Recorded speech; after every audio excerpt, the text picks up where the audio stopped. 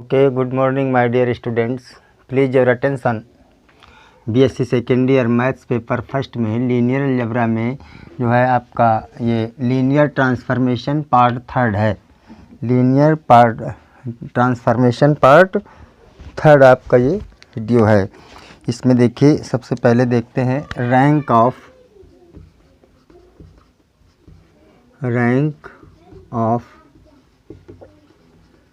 Linear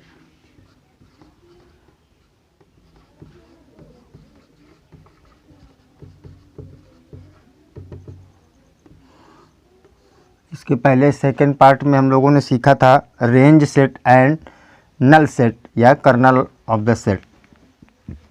तो ये rank आप उसी से रिलेटेड है, तो उसके लिए हमें एक ट्रांसफॉर्मेशन चाहिए। तो यहाँ पे let T be a linear transformation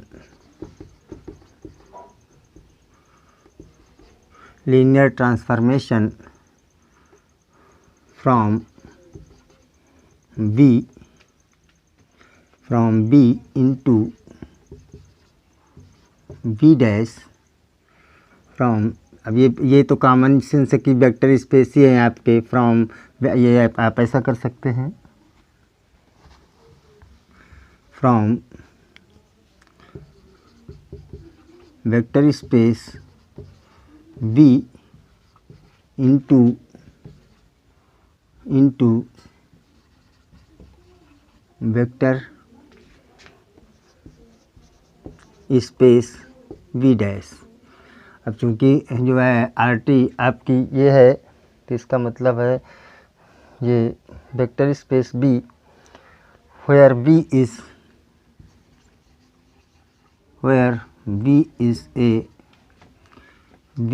a finite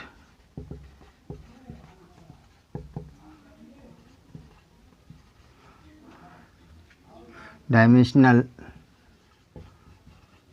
vector space, where B is a finite dimensional vector space, then the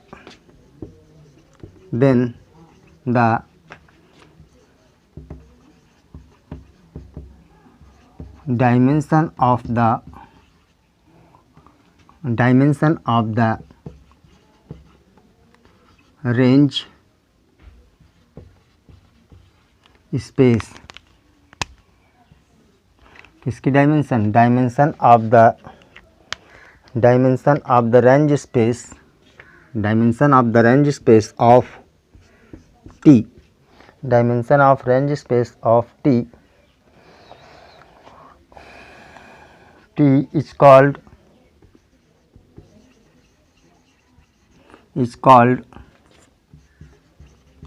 rank of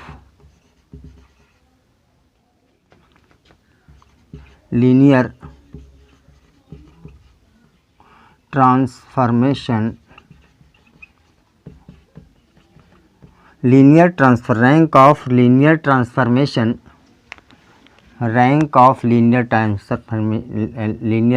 transformation मतलब क्या हुआ, जो टी की रेंज सेट है उसकी डायमेंशन जो होगी, किसकी रेंज सेट की डायमेंशन को आप बोलेंगे rank of the, is called the rank of the linear transformation T, and it is denoted as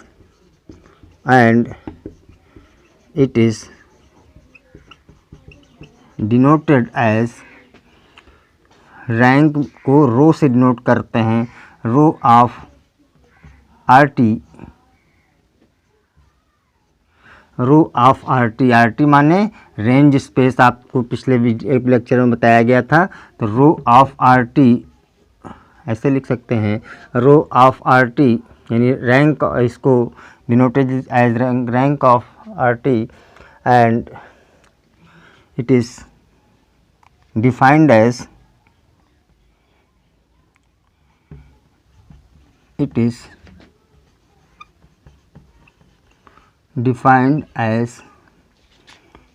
rank of RT is equal to dimension of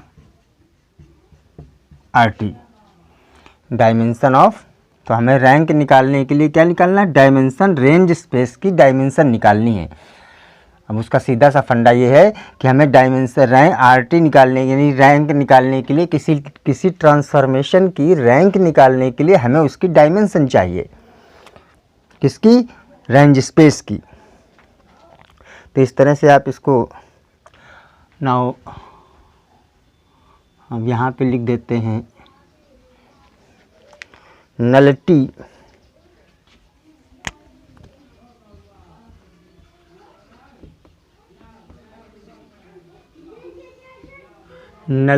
of linear transformation, nullity of linear transformation.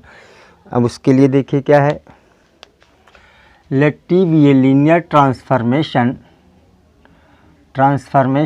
From vector space V into V dash, V into V dash, V into V dash, और ये आपके पास जो है V is a finite dimensional vector space, V is a finite dimensional vector space, then the dimension of the range space, the dimension of the,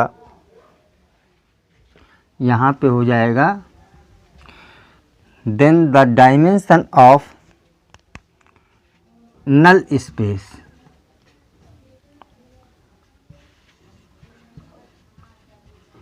dimension of null space of T is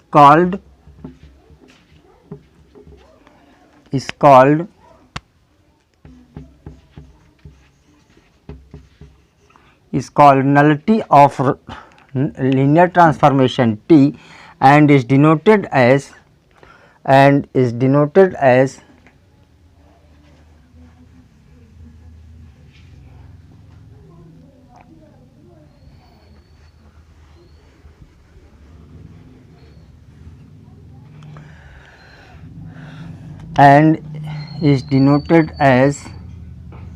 mu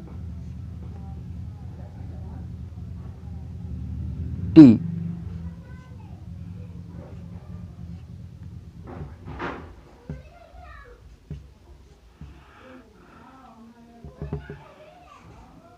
mu T, तो ये इस तरह से आप इसको mu कहते हैं, new कहते हैं, ये म्यू टी जो है रैंक ऑफ दिस, आपकी रैंक ऑफ टी या नल्टी ऑफ टी, क्या कहते हैं, nullity of T denoted as, nullity of T लिख दीजिए सिर्फ आप उसको, नल्टी ऑफ टी। तो nullity of T is and it is denoted as nullity of T is equal to dimension of N T, dimension of N T, क्या हो गया, dimension of N T. तो इस तरह से आप इसको जो है, तो ये आपका ये चीज़ हो गई। इसी में आप ऐसे जो है rank of T equal to dimension of also,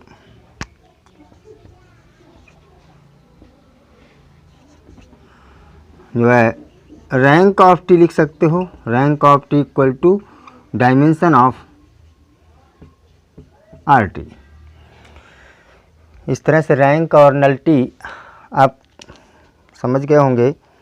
और इसके बाद जो है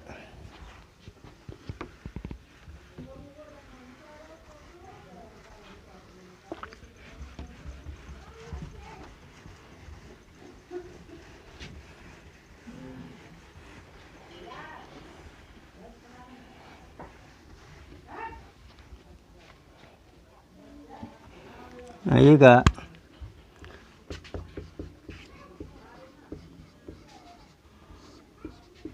एग्जाम्पल देखते हैं।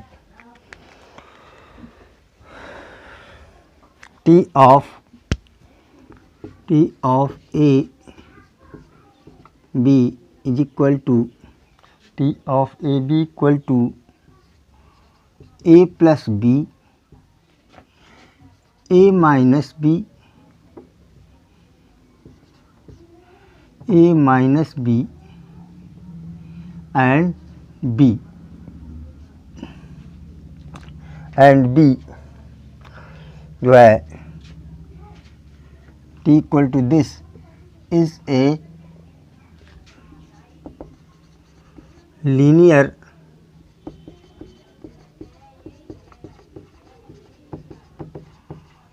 Transformation, find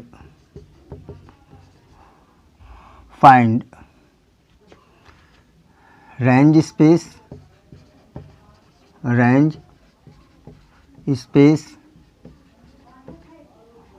rank of t and null space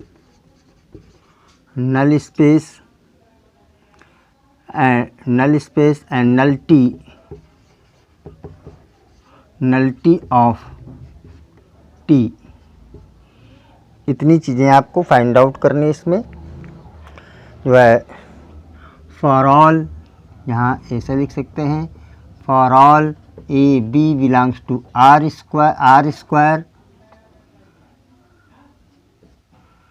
for all A B belongs to R, real number से सभी आपके, फील्ड आपकी कैसी है, रियल नंबर है, और ये आपके पास इस तरह से, मतलब क्या कह रहा है, इसकी आपको एक लीनियर ट्रांसफॉर्मेशन दिया हुआ है, लीनियर ट्रांसफॉर्मेशन की आपको फाइंड करनी है रेंज स्पेस, फिर रेंज स्पेस जब निकल आएगी तो उसकी रैंक ऑफ टी, फिर आपका नल स्पेस फाइंड आउट करना है, फिर उसकी nullity of T find out करनी है माय डियर। तो इस तरह से आप जो है इसको देखेंगे। तो सबसे पहले लिखते हैं रेंज स्पेस सॉल्यूशन,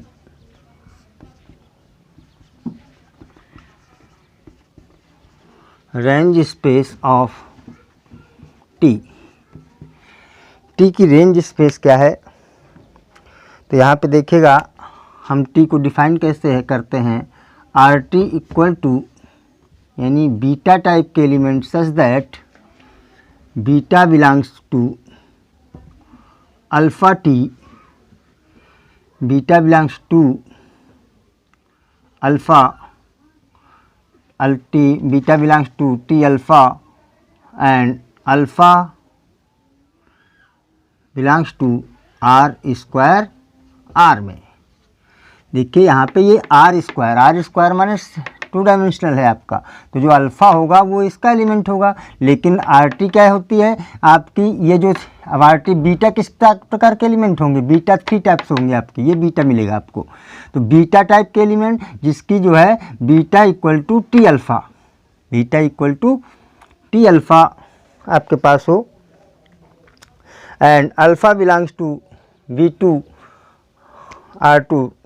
तो इस तरह से आप देख सकते हैं, ये आपके पास 2 वेक्टर, यहाँ भी देखिए 2 वेक्टर स्पेस ही है आपके पास, एक वेक्टर स्पेस है आपके पास ये माय डियर V, ये आर स्क्वायर आर, फिर इसका रेंज जो बनता है वो R³ R मिल रहा है, R³ R, ये 2 डायमेंशंस है, ये 3 डायमेंशंस है, तो ये 2 डायमेंशंस है माय डियर, ये 3 मतलब ये 3 डायमेंशंस है, मीन्स इसकी जो है चूँकि डायमेंशंस यही हो जाती हैं इसकी, आपको पता है स्टैंडर्ड बेसिस में आपके, तो इस तरह से ये R T equal to this define किया गया।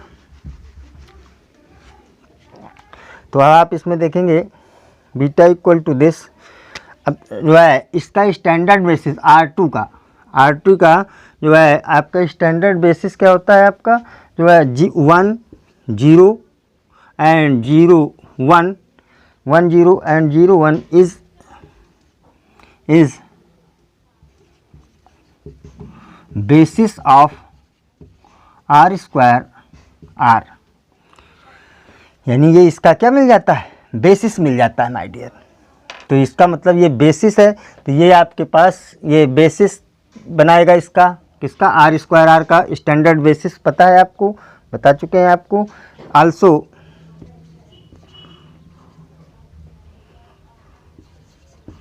Also T of 1 0। अब टी ऑफ 1 0 निकालें तो टी ऑफ 1 0 का मतलब ए बी। तो यहाँ पे देखिए ए बराबर 1 है, बी बराबर 0 है, तो 1 plus 0, 1 minus 0 and 0। This is equal to this is equal to 1 1 0 1 1 0 मिल जाएगा आपको। फिर आप निकालेंगे टी ऑफ 0 1 निकालिए my dear. This is equal to, तो 0 plus 1, 0 minus 1 and 1। This is equal to 1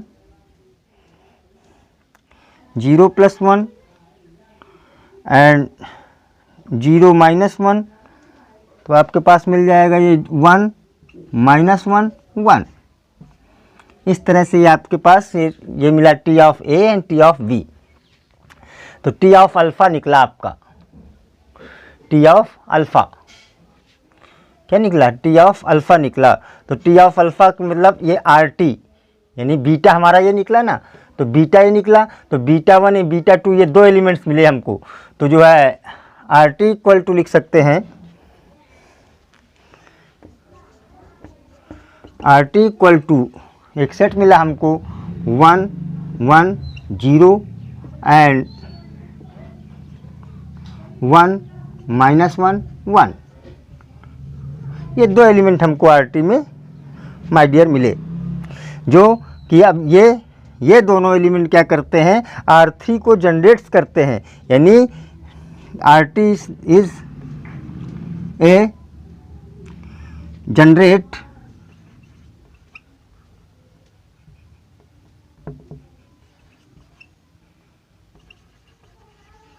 generate R3R, यानी R3R को क्या करता है, ये जनरेट करता है। तो ये आपका RT मिल गया आपको। अब ये RT को हम प्रूफ करेंगे, this is A basis of this. अब अगर ये बेसिस मिल जाता है और बेसिस हो जाता है ये, चूंकि एलिमेंट तो इसमें दो ही हैं, तो डायमेंशन इसकी दो ही हो जाएगी आपकी। फिर तो बेसिस पहले फाइंड आउट करते हैं, ये बेसिस है कि नहीं। तो बेसिस के लिए हमें दो चीज़ें चाहिए होती है।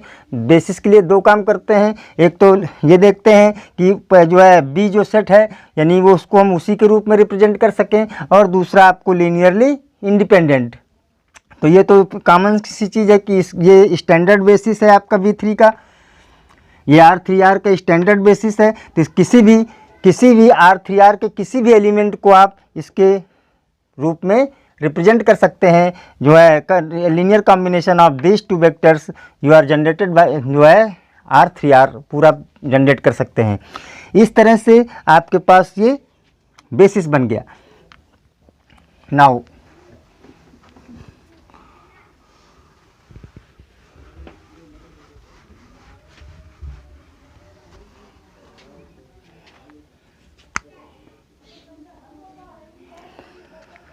RT को प्रूफ करना है।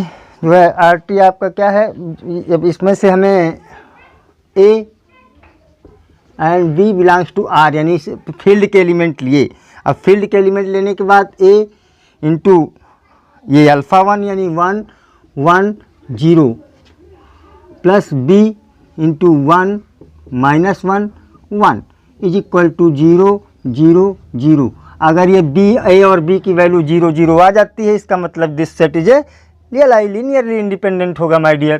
तो this is A plus B equal to 0 and A minus B equal to 0 and B equal to 0, क्योंकि ये 0 हो जाएगा आपका।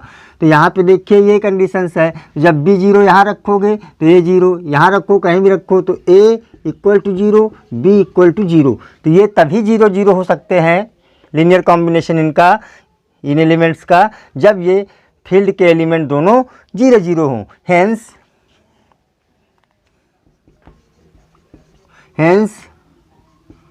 RT is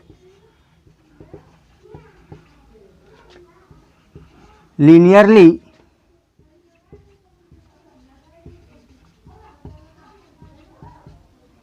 linearly independent. R T कैसा हो गया? Linearly independent. And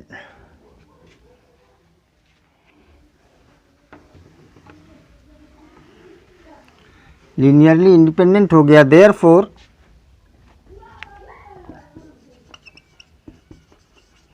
therefore RT is a basis, RT is a basis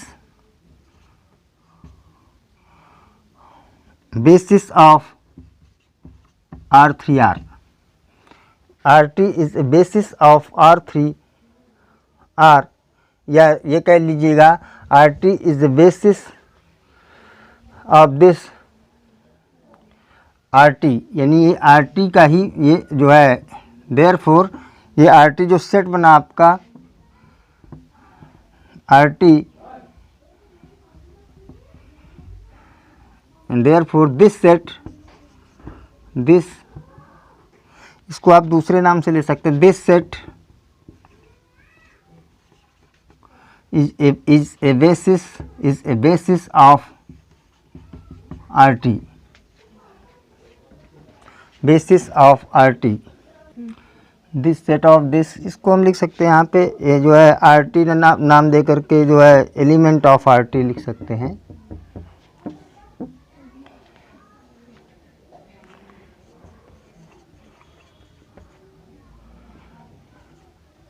elements, this is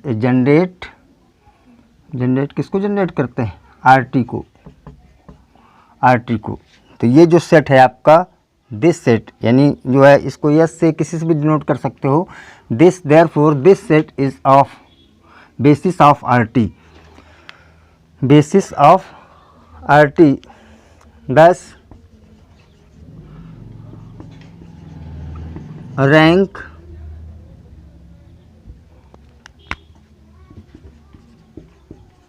rank of T is equal to 2। Rank of 2 क्यों 2 हो गई माय डियर? देखिएगा, rank of 2 is equal to, और भी लिख सकते हैं, डायमेंशन ऑफ RT,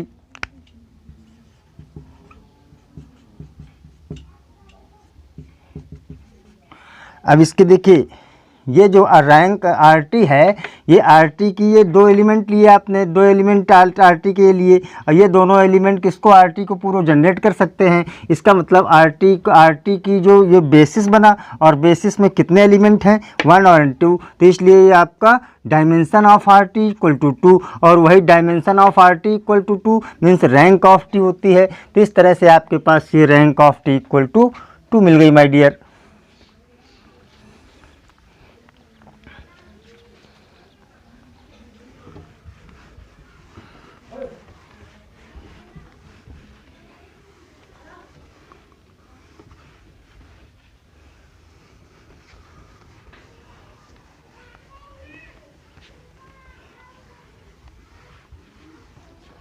अब हम देखते हैं nullity of T।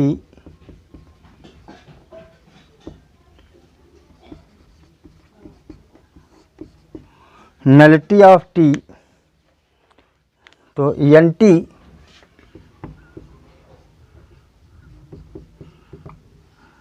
Equal to कैसे डिफाइन करते हैं इसको? NT इक्वल टू, यहाँ पे ले सकते हैं alpha equal to A and B, alpha equal to A and B,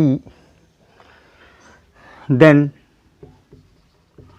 आपके NT equal to alpha belongs to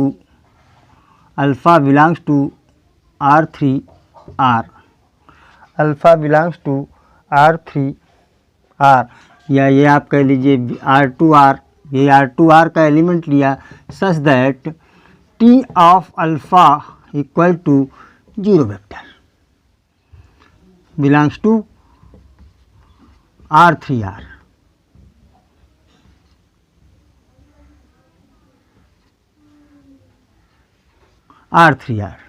यहाँ पे आपने अगर हमारे पास कोई अल्फ़ा ए बी लिया, कहाँ का एलिमेंट लिया आपने? R² R का, यानी जो है आपका सेकेंड डायमेंशन यानी कि जो है 2 डायमेंशन ऑर्डर्ड पेयर में लिया जाएगा। तो ये आपके पास अल्फ़ा है, अल्फ़ा इस तरह से alpha belongs to this and T alpha equal to 0 यानी किसके R3 के, यानी V डैश के एलिमेंट को मैप कर जाए, ऐसे एलिमेंट को अल्फ़ा को हम बोलते हैं सेट। और सारे एलिमेंट इसका ले लें, जो सारे यानी सारे अल्फ़ा जो है 0 डैश को मैप करते हों उनका पूरा सेट लेंगे तो बन जाएगा आपका नल्टी ऑफ दिस। इस केस में देखिएगा आपके पास T alpha equal to T of A B, T of A B, और T of A B equal to my dear दिया हुआ है आपके पास A plus B, A minus B and B, ये दिया है। तो T of alpha equal to this and this. तो अब यहाँ पे T of alpha equal to 0, this implies that T of AB equal to A plus B, A minus B and B equal to 0, This implies that A plus B equal to 0, 0 का मतलब 0 0 0 3 times आपका होगा, क्योंकि ये 0 dash आपके इस तरह से होंगे। A minus B equal to 0 and B equal to 0, this is implies that A equal to 0, B equal to 0। देखिए A equal to 0 and B equal to 0 ये तभी मैप कर सकते हैं, यानी A इक्वल टू 0 यानी आर्बिट्री लिया था आपने, ये आर्बिट्री लिया था, लेकिन ये तो केवल 0 0 आया, तो केवल एक सिंगलटन एलिमेंट है 0 0 इसका R3 का अल्फ़ा में, तो एन टी इक्वल टू केवल सिंगलटन एलिमेंट बना बाई डियर। और सिंगलटन एलिमेंट के बाद फिर आपके पास ये इस तरह से, तो अब एक ही एलिमेंट तो है इसमें, लेकिन इस सिंगलटन एलिमेंट कैसा है, 0 है, नॉट ये जो है 0 स्पेस बनाता है, और 0 की जो नल्टी डायमेंशंस होती है वो भी 0 होती है। इसके पहले लेक्चर्स में हम आपको बता चुके हैं। इसका मतलब है आपके पास जो है this is null space N T, this is null space, क्या है आपका null space, consist of the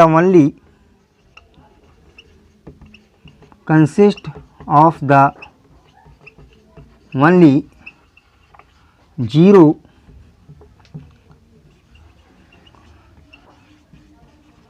0 vector of R2 R का, consist of the 0 vector of R2 R का। therefore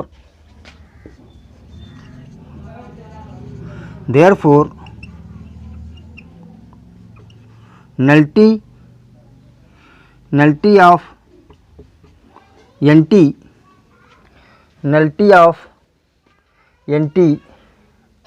या nullity of T transformation is equal to dimension of null space, dimension of null space. तो इसका मतलब इसकी dimension क्या होती है, 0 होती है माय डियर, इसकी डायमेंशन क्या होती है 0, क्योंकि वेक्टर स्पेस, अगर वेक्टर ये आपका एक वेक्टर स्पेस फॉर्म करता है और वेक्टर स्पेस की इसकी डायमेंशन जो है हमेशा 0 होती है। तो ये nullity of T and dimension of T equal to ये 0, hence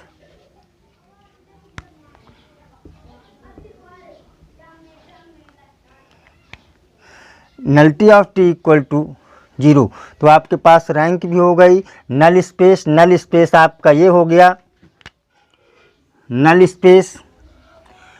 space and nullity of T, rank of T, range of T, सारी चीज़ें इसमें आपकी क्वेश्चंस में ओवर हो गई। Okay, thank you.